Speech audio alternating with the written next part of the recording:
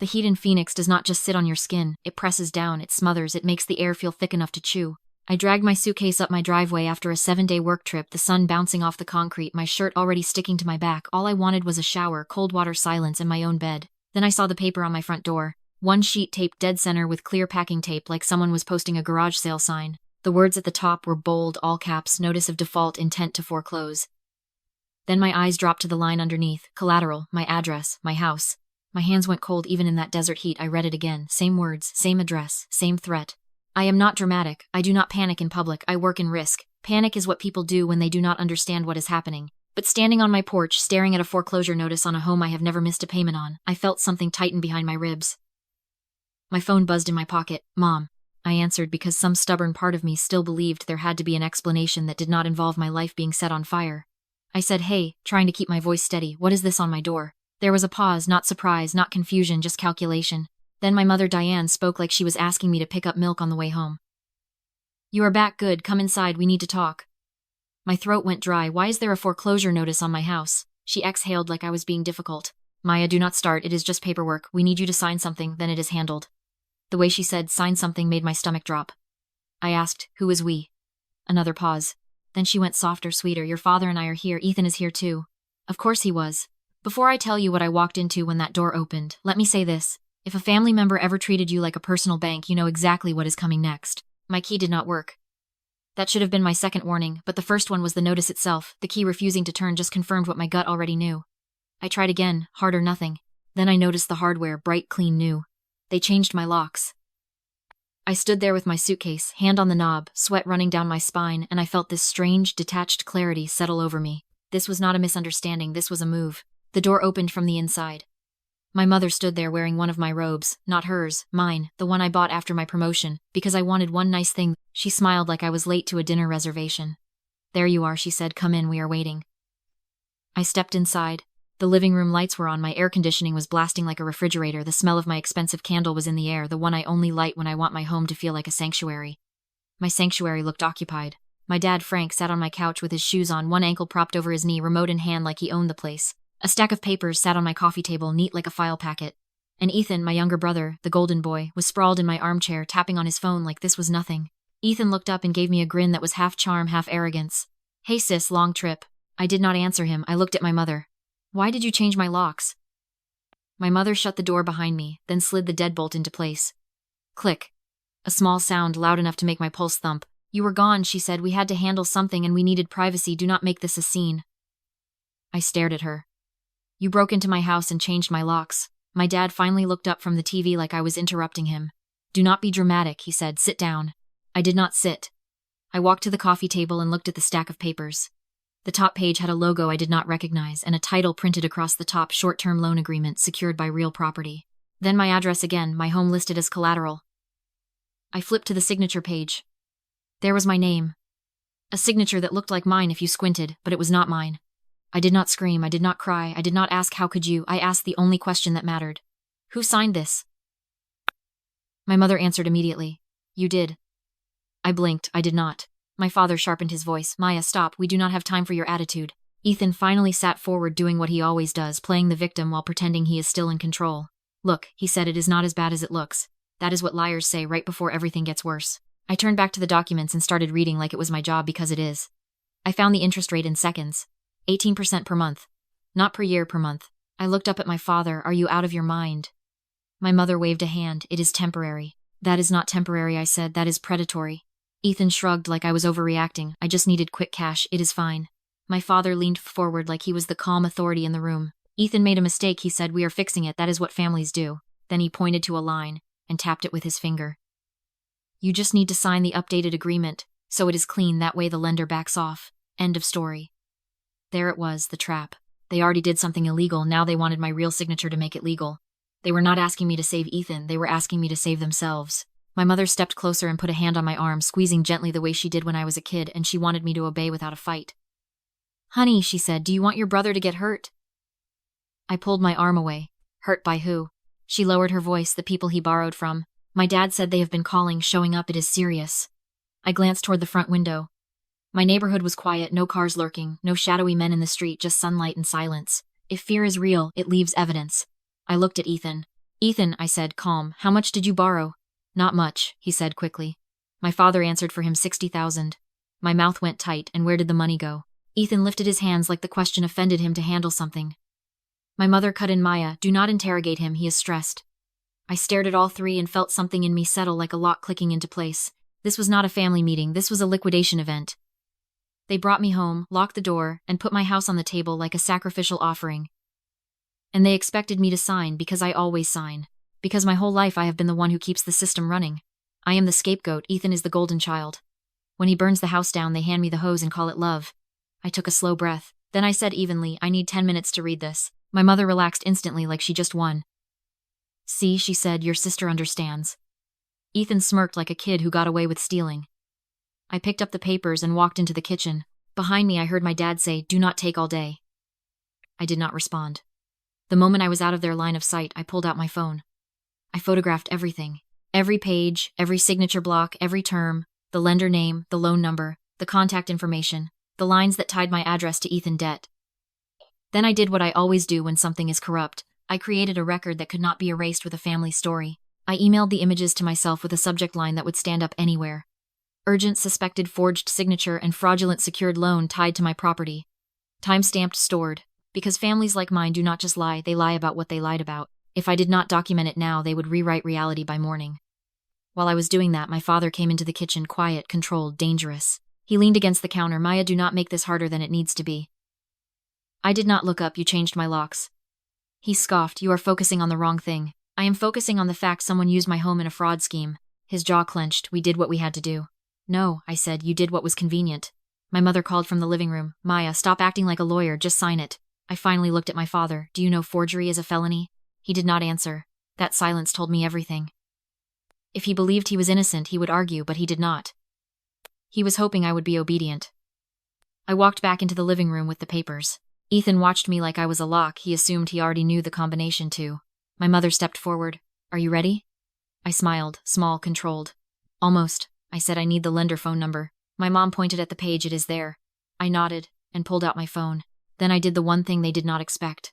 I called the lender and I put it on speaker. My mother snapped, what are you doing? Fixing it, I said. The phone rang twice. A man answered, Phoenix Capital Lending. I spoke clearly. My name is Maya. I am the legal owner of the property, listed as collateral under this loan number. I am calling to formally notify you that the signature tied to my name is forged. I did not sign. I did not authorize anyone to pledge my property. The room went silent. Even Ethan stopped moving. The lender paused. Are you saying you are not the guarantor? I am saying, I am the victim of identity fraud, I replied, and I am recording this call. My mother lunged toward me like she was going to snatch my phone. My father grabbed her wrist and held her back, eyes wide. Because now it was not family drama, it was a recorded business problem. The lender voice turned cautious. We will need documentation. You will get it, I said, and I am also telling you this. Any attempt to enter my property or intimidate me will be reported as harassment and extortion. He cleared his throat. We understand, let me transfer you to. No, I said, you are going to place a hold pending fraud review. He hesitated, then said we can note the account and escalate to legal. Do it, I said now. I ended the call. Ethan finally found his voice. What the hell, Maya, why would you do that? I looked at him. Why would you forge my signature on a loan secured by my house? His mouth opened, no sound came out. My father slammed his palm on the couch. Enough, we are trying to protect you. I laughed once, not amused. Protect me, I repeated, by putting my home up as collateral for your son debt. My mother narrowed her eyes. You are being selfish. Your brother is in danger. I held her gaze. No, your brother is in danger when you have one. Ethan is in danger because he makes stupid choices and you keep rescuing him. Ethan stood, voice rising. I did not have a choice. You always have a choice, I said. You just do not like consequences. He pointed at the papers. If you do not sign, they will come after me. I tilted my head. Who is they, Ethan? Because I looked outside and I do not see anyone. His eyes flicked toward the window, then away. That told me the fear was being manufactured to force my compliance. The old scapegoat trick, create urgency, create guilt, create a ticking bomb, then shove the scapegoat in front of it and call them a hero. My mother moved closer and softened her voice. Sweetheart, you have always been strong. You have always handled things. Just handle this one too. That is not praise, that is a leash. I stared at her, then at my father, then at Ethan. I said, show me where the money went. My dad narrowed his eyes. What? The 60,000, I said. Show me the deposit. What account did it go into? Ethan scoffed. Why does that matter? Because you are not asking me to save your life. I said you are asking me to fund your lifestyle. My mother snapped. How dare you? How dare I ask for proof? I interrupted. If this is urgent and real facts should support it. Ethan crossed his arms. It went to my account. Then show me. He hesitated. My father stepped forward. Maya, you are not the police. Yes, I said I am not, but it is my house. Silence. Ethan muttered, fine. He pulled out his phone, tapped around and shoved it toward me. There was the deposit, 60,000. Then the outgoing transactions. Not bills, not rent, not emergency. Luxury purchases, transfers, cash withdrawals, payments labeled like gambling, like speculation, like a man throwing matches into gasoline. My mother leaned over my shoulder and said too fast, that is not what it looks like. I handed the phone back to Ethan. It is exactly what it looks like, I said. Then I asked the question that made my father's face go tight. How did you get my documents? My mother pressed her lips thin. My father answered, we are your parents, we have access. You stole them, I said. My mother flared, we did not steal anything, we are family. No, I thought you are predators with a shared last name.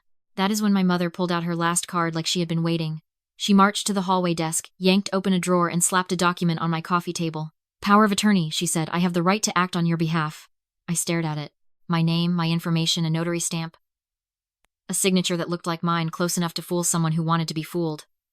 But I do not get paid to be fooled. I scanned the notary block and saw the city, not Phoenix. A city I had not been to in years. I looked up, this is fake. Her eyes did not blink, it is for your protection, you are always busy, so we handle things.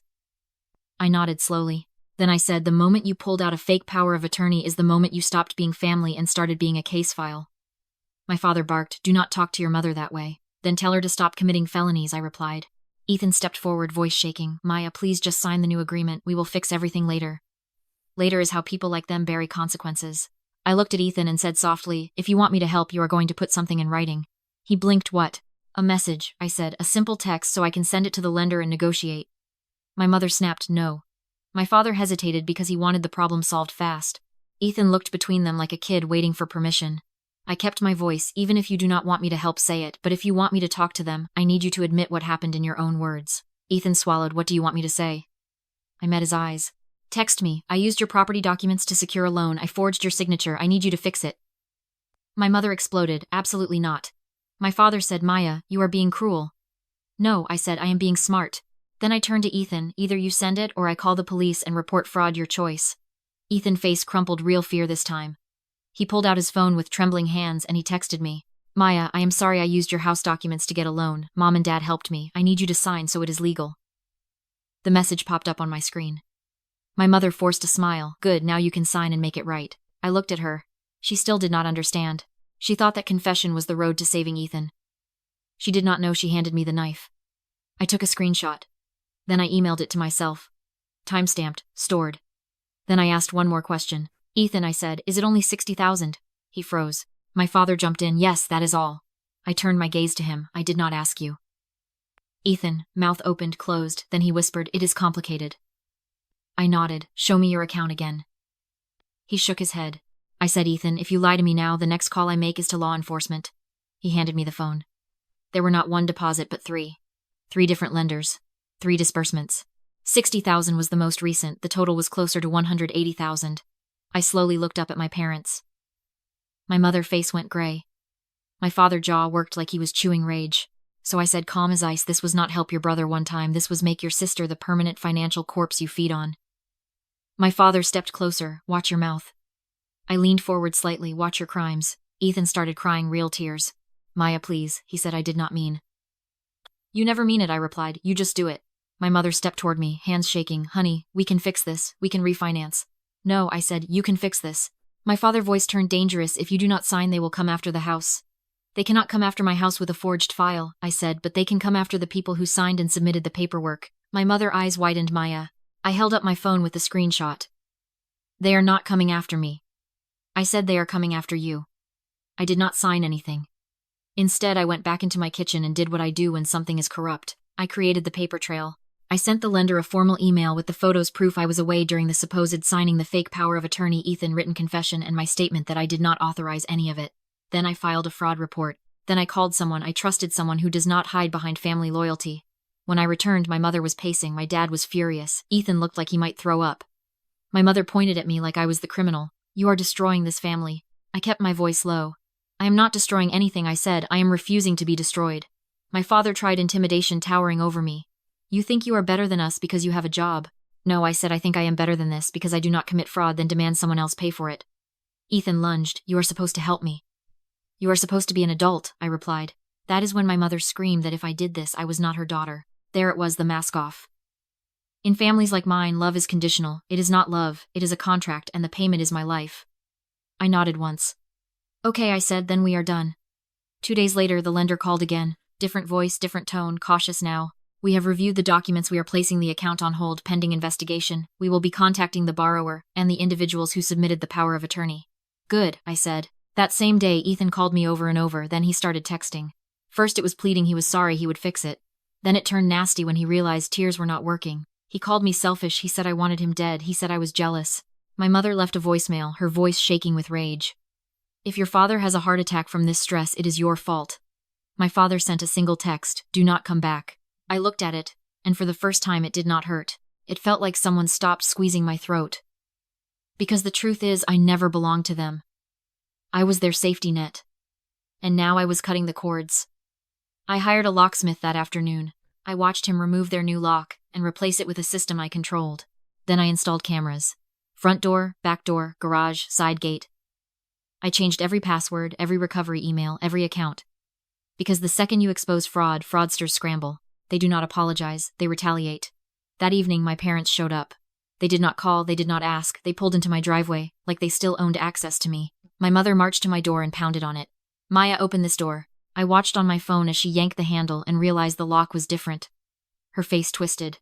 Then she noticed the camera and looked directly into it. This is our house too, we are your parents. I did not open the door. I spoke through the intercom calm enough to sound like a stranger. No, I said, this is my house, you do not have keys anymore. My father stepped into frame, face red, jaw clenched. You are going to regret this. I paused. Then I said the one line that ended the power structure. I already regret something I said. I regret ever letting you believe you could take from me without consequences. My mother started crying, dramatic sobs meant to trigger my guilt response. But guilt only works on people who still believe the other side is innocent. My mother was not innocent. She was desperate because her system stopped working. She wiped her tears. You are going to be alone. Being alone is better than being used, I said. My father leaned toward the camera. You are dead to us. I exhaled once.